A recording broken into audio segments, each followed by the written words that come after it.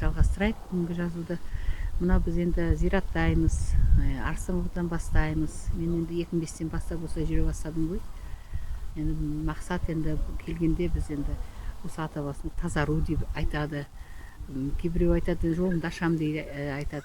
Енді осы жерде әңгіме қозғап, өзің бір сол осы тақырыпқа бір сұхбат құрайық дегесін сөз бердім сізге. Рахмет. Біздің әр жылы көктем шыға Арыстанбаба Тоқберген ағаның шәкірттерін жылына бір рет басын шақырады. Ол кездегі келген мақсат бір жылдағы нәтижені білдіру, көрсету, аруақтың алдынан өту. Бір жылда қандай жұмыстар бітірдік, қаншама адамды киіндірдік, қаншама адам намазға жығылды, қаншама адам ораза ұстап кетті. Соны есеп беру үшін өзіміздің ата-баба аруағынан қанша аруақтарды көтердік, басқа да өте көп деген еңбектерді, бір жылдың ішінде істеген еңбектерімізді, ордаларда қандай жұмыстар атқардық, қандай ақпараттар алдық, олардың нәтижесі бүкілінің сондай еңбектердің барлығын жылына бір рет Арыстанбабадан бастап 41 әулиенің басынан өтіп біз есебін береміз, және келесі жылға 2022-2023 жылға дейінгі аралықта біздер тағы да сондай тапсырма алып кетеміз.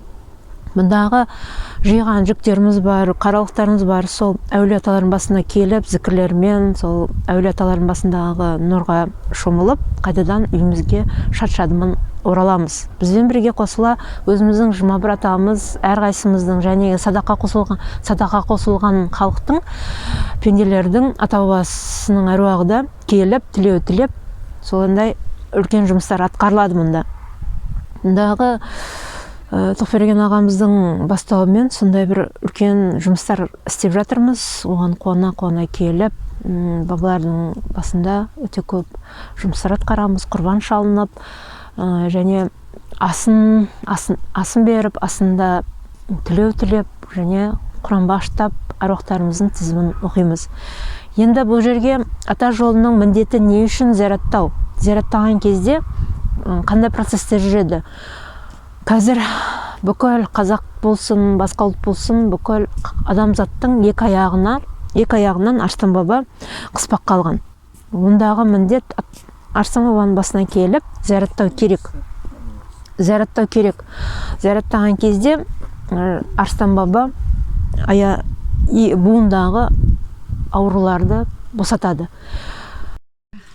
Біз Бабатүкті Шашыз Азбабаның 4-ші бұлағына келіп отырмыз. 4-ші бұлағын өте жаны жомарт жандар жан-жағын өте керемет қылып жағдайын жасап қойыпты. Мына жағына қарасаңыз, отыратын орындық істеген. Ол жерде отырып суын ішеді. Мынандай столдарын жасап, ыдыс қойып қойған. Және жан-жағын бәрін қымбат тастармен көмкеріп, жақындауға, суын оңай алуға бүкіл жағдайын жасаған. Мына жерге Алла тағаламыздың керемет сөздерін жазып қойған. Алла деген жазу тұр. Ля иляха илlalлах Мұхаммед Расулуллах деп. Мына жерде кім істегені жайлы қолтаңбасын қалдырған, жылын жазған, және осындай бабамыздың асыл суы осылай ағып тұруын жағдайын жасаған, және халық келіп ішіп ләззат алып кетуіне бүкіл жағдай жасалған. Егер де бүкіл Қазақстан бойынша, жер жүзі бойынша осылай бабаларымыздың басындағы бұлақтарды қастерлеп, әдемлеп осылай жасап қойса, Алла тағала істеп берген адамының соңынан бала шағасына сауапты молынан жазып, мұраға таусылмайтын қазына береді. Бала шағасы болсын, өзіне болсын, ұрпағы болсын, бүкіл қоршаған ортасына шапағаты тиіп жатады. Бұл Алланың бергені. Енді бұл судың несін айтсақ, қадір қасиетін айтсақ, жаңа Шырақшы ата айтып кетті. Суды ішкенде, бірінші ішкен кезде 3 құлтым немесе 7 құлтым судан ішіп, тілеу керек. Бір ғана тілеу емес, қанша құлтым ішсең, сонша тілеу ішу керек. Және бұл суды ішкен кезде ішкі ағзалар бірінші тазаланады екен. Іштегі жаралар, язва деген жара бар, және изжог, гастрит деген заттар бар, қуық аурулар бар, ішек құрттары бар. ішкі ағзалардағы тағы қандай нелер, жүрек талмасы, жүрек аурулары, солардың барлығына қан тазалау, асқазан тазалау, ішектер тазалау, осы шипалы суларды қалай ішеміз, қай уақытта ішеміз? Орыстарда наташак дейді. Таңертең тұра сала аш қарынға осы судан ішіп жүрсе, бүкіл ағзаларды жуып түсіреді. Қадір қасиеті өте зор. Сондықтан бұл жерден келіп, ыдыстарыңызға суын алып кетіп ішсеңіздер болады. Әрине тақуалық күйіммен, жабық күйіммен бір алла деп бір тілейтініміз бір алладан шипасын, басқасын беретін.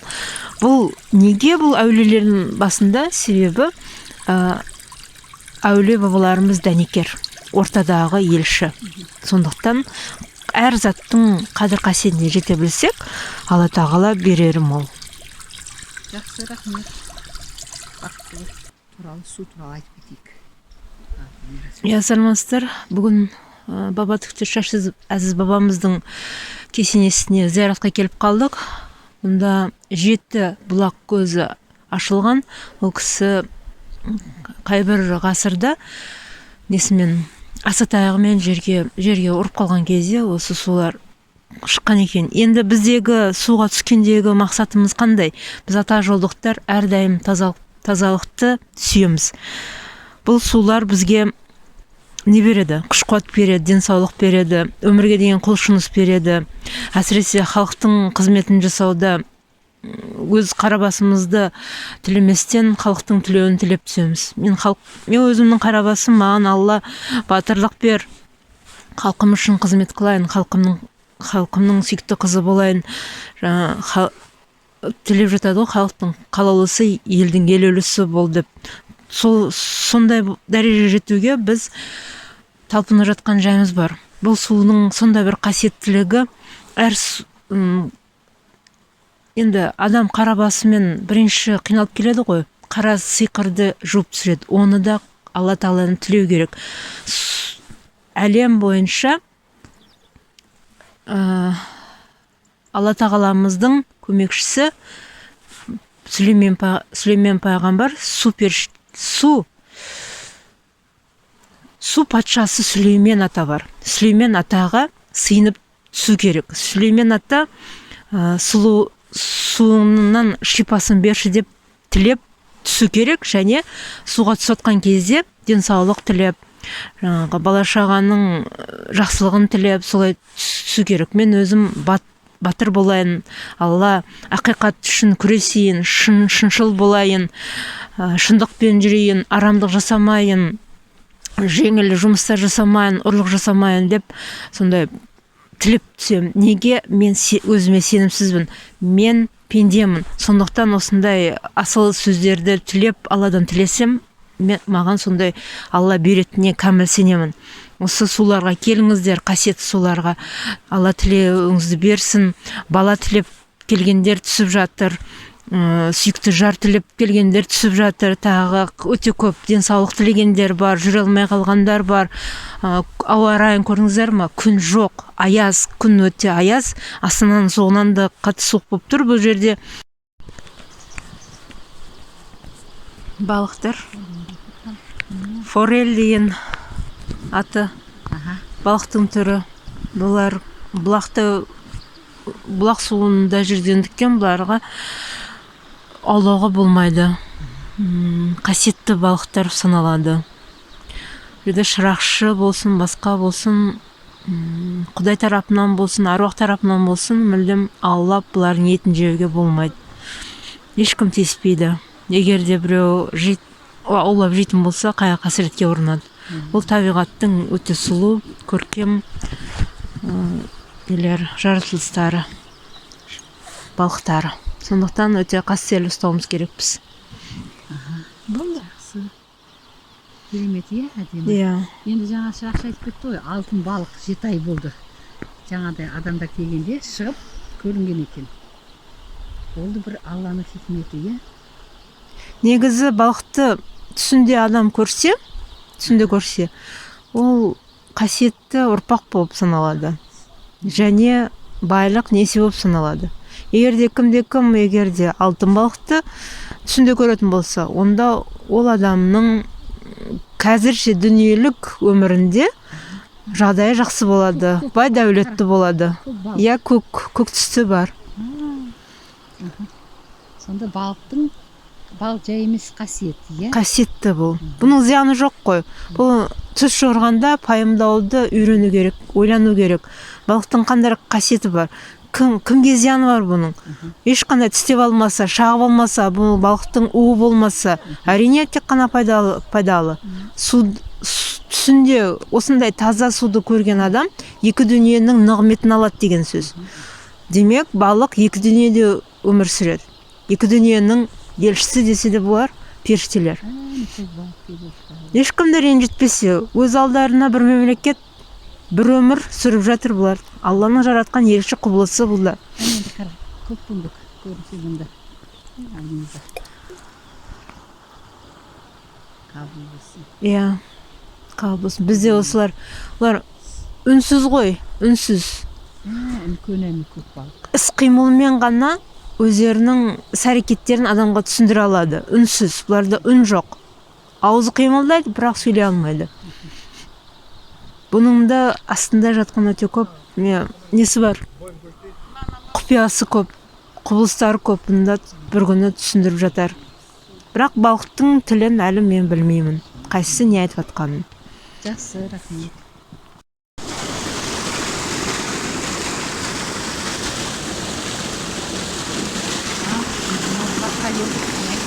Иә, бұл бұлақ, бұл да Бабатүкті Шашсыз Әзіз бабаның екінші бұлағы, үшінші бұлағы десем болады. Жаңағы судың мына жағында тағы да атқылап атқан бұлақ болды. Оны бірақ түсірген жоқпыз. Мынау үшінші бұлағы, бұл жердегі емдік шипасы неде тұр? Қан қысымында тұр. Орысшада араластырып айтайын, түсінікті болу үшін. Черепно-мозговое давление бар. Сосын қан қысым түрлері көп. Сол орысша давление дейді. Жүрек соғысы тез соғып кетуі бар. Немесе жай соғуы бар. Солардың бәрін ретке келтіретін, қан тамырларын реттейтін су шипасы осы суда тұр. Бұны қалай пайдаланамыз? Бұны ішеміз. Ішкен кезде ағзаларға су барады. Бұның несі Құран сүрелермен жаңағы өте көп нұр төгілген сондай ерекше қасиетті. Жер ананың нұрымен, Алла тағаланың нұрымен көмкеріліп, составында сондай қасиетті элементтер бар. Сіздер ойлайсыздар, тек қана химиядағы фосфор, калий, натрий, кальций, сондай сияқты адам ағзаларына керек дәрілер бар шығар деп. Жоқ, Алланың нұры, шапағаты, мейірімі кірген осы сулардан. Неге? Бұл жердегі маңыздысы неде? Бұл жердегісі Алланың сүйікті құлдарының қолынан көп зат келеді, көп нәрсе келеді. Содан еш күмәнданбау керек. Алла тағала бұларды жаратты ма? Бұлар Алла тағалаға сүйсіне қызмет етті. Қызмет жасағаннан кейін, халықтың жағдайын жасағаннан кейін, Алланы өте көп дәріптегеннен кейін, кәпірлермен соғысқаннан кейін барып, Алла тағала бұл суларды өте құнды, өте қасиетті қылып жаратты. Бұған қалай тағы да қалай әдісі бар бұған?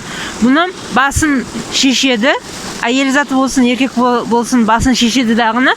Қасында екі адам тұрып, екі жағынан қолынан ұстап, басын тығады, суға тығады, тілеп. Сол кезде басындағы ауыртпалықтар кетеді. Менің өзімде бір рет қана түстім. Гүлмира, міне бүгін Әулие бұлаққа келіп тұрмыз. Осы жөнде не білесің, айтып кетсең, халық біле жүрсін. Иә, бүгін үшінші күн, зияратымыздың үшінші күні. Зияраттағанда Айша бибана тек тұрмасатта Қархан әулие аталардың басын зияраттап келдік. Енді осында келіп, аттың басын осында бұрдық. Енді бұл әулие суының бұлағының тарихын айтсам. Қархан әулие мен Айша бибаны жас кезі сол 940 жылдары деп жаңағы шырақшы атамыз айтып кетті. Сол жылдары Айша бибаны мен Қархан әулие екеуі бір-біріне өте ғашық болған екен. Үйленеміз деп сөз байласқан кезде Зең баба рұқсатын бермеген екен. Сонда Айша бибаны әкесіне қарсы шығып, айтқанын тыңдамастан қасына нөкер қыздарын алып Қархан әулие атаға жол жүріп кеткен екен. Сол кезде әкесі біліп арқасынан қарған екен. Ал судан өтіп 7-ші суға барғанда өлімін тап деп теріс бата берген екен. Сол кезде Айша бибаны осы жерге келіп нөкерлермен осы аймақты, осы таулы аймақтарды Қархан әулие кәпір жаулармен соғысып, мұсылман дінін, мұсылман патшалығын орнатамын деп кәпір қауыммен соғысып жатқан кезең екен. Сол кезде Айша бибаны осы жерде нөкерлермен шомылып, сүйіктісімен кездесемін деп, көрсемін деп, өзін ретке, қыздардың бәрі өздерін ретке келтіремін деген кезде осы жерде шомылып шығып, сол суға шомылып шығып, киініп жатқан кезде сәукелесінің ішінен жылан шығып, жылан шағып алып, сол жерде жан бергелі жатқан кезде Бабажан ананы Қархан әулиеге жібереді. Қуғыншы ретінде барады да, Бабажан ана барып Қархан әулие атаға барып айтқан кезде Қархан әулие ата қасына молданы ертіп, мұнда келіп екеуінің некесін қидырады екен. Себебі оны құтқарып алып қалуы мүмкін еді, себебі ол денесіне біраз уақыттан кейін денесін дарып кеткендіктен Айша бибананы құтқарып ала алмаған. Сөйтіп, енді сол кезеңнен бастап сол көл бұлаққа айланып, ерекше қасиетті суға айланған. Бұл жерде Айша биба ананың қайтыс болған жері ғой, осы жерде әруағы жүреді. Мен басымнан өте көп хикметтер өтті жерден. Мен бұны суды білмедіммін. Бұл жерге мен тағы бір қазақтың әдет ғұрпы дейін ба, ырымы дейін ба, ырым шығарау, мына бір ағашқа назар салсаңыздар, бұл ағашқа осылай киімдерін, орамалдарын ұшын жыртып, осылай іліп қоятын әдет бар. Бұл не үшін бұлай іледі? Әсіресе жаугершілік кезінде осылай киімдерінен іліп, елде бейбітшілік болсын деп, айдалада өсіп тұрған талға, киелі жердің, бұлағы қасында ағып тұрған бұлағы бар ерекше ағашты таңдап алып, халық тілеуін тілеп, көйлегінен жыртып болсын, орамалынан жыртып болсын, солай іліп байлап кеткен.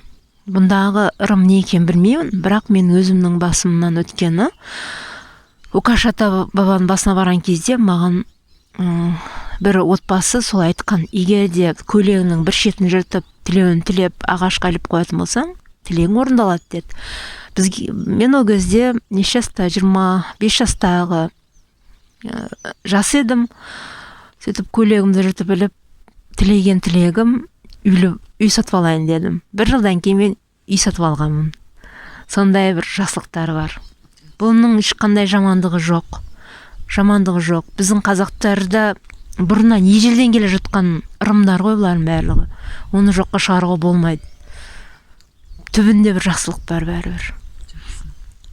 Енді мынау осы жерде былай қарасақ көп халық келетін көрініп тұр. Иә. Өйткені қоқыстар көп. Жақша шелен. Бізде бір келгенде былтыр жалаңаш әйелдер. Иә. Өзіміздің қазағымыз шешініп, ана жерде жалаңаш түскен көрдік. Күнге күйіп жатты, одан қайра келіп сүңгіп атты суға. Ондайдан олар қайғы қасірет алады.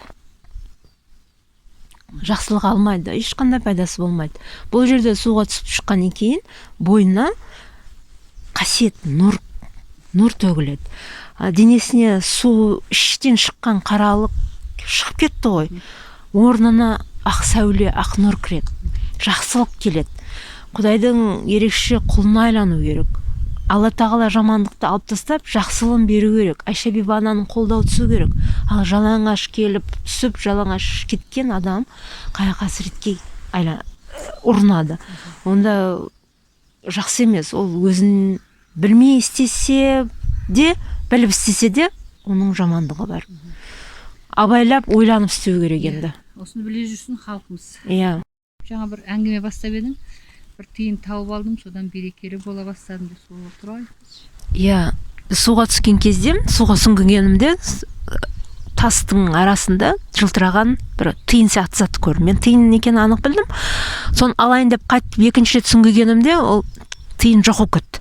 Сосын судан шыққаннан кейін әттең-ай бұйырмапты деп судан шығып, киімімді ауыстырып киіп алсам, тап алдым да сол тиын жатыр.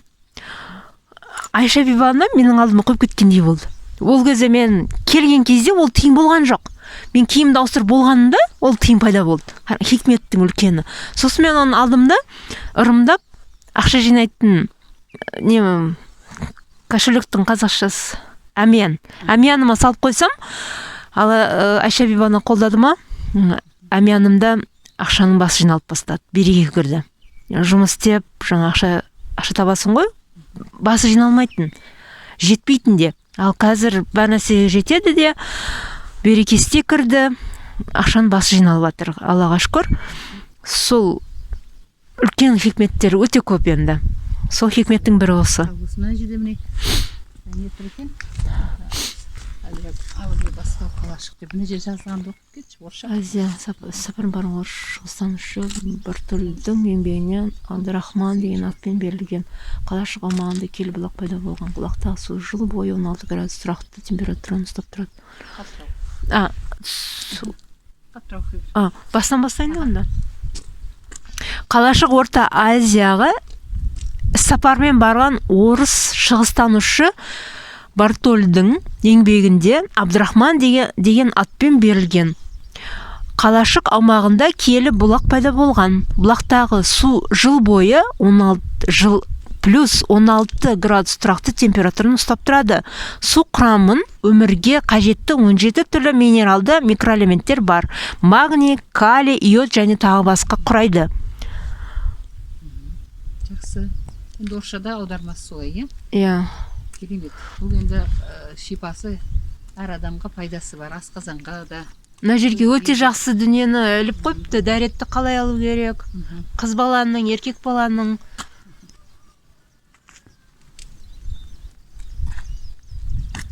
Намазың қандай түрім болмасын оқу, қағбаны тауап ету, тіләуат сәждесін орындау, қасиет Құран кәрімді ұстау дейді. Дәретті бұзатын нәрселер, дәреттің әдептері, бұлар енді имамдар істеп кеткенге ұқсайды, жасап кеткенге ұқсайды. Біздің ата жолдарының тілдері, жазбасы басқа ғой. Сонымен Гүлмира қорытындылайық. Қорытындылаған кезде Айша бибананың бұлағы өте киелі, хикметке толы. Қыздарымыз есін жиып, бүкіл жағын жауып, осы жерге келіп, тәуіп етіп, суына түсіп, аққу қыздарымыз суынан өтіп, Құдай жолына, ата жолымызға келіп, тәубеге таянып, ұлық істерді істеп, ал аяғында нұқтырғандар ісі алға басып, ел жұрттың алдында жүзі жарық болып, дәрежесі биік болуына, осы қасиетті суларға түсіп шыққаннан кейін ісі алға бастайды. Кімде кімнің болса да. Айша бибана өзінің қасиетті қыздарына әрдайым көмектеседі. Бұл жерде хикметті бүкілі көріп жатыр. Мен өзімнің басымнан өтіп жатыр, өзгелерге дәріптеймін, айтамын, шаршамаймын. Өлілгенше мен ақиқатын, шындығын айтып өтемін. Айтамын. Өте көп адамдарды да осындай жерге бар суына түсіңдер деп жіберемін де. Ана иттің отырғаны тазы ет, иә? Тазы, бірақ есіл тасап кеткен ба? Арық. Ол да бұл белгі ғой, мұнда келіп.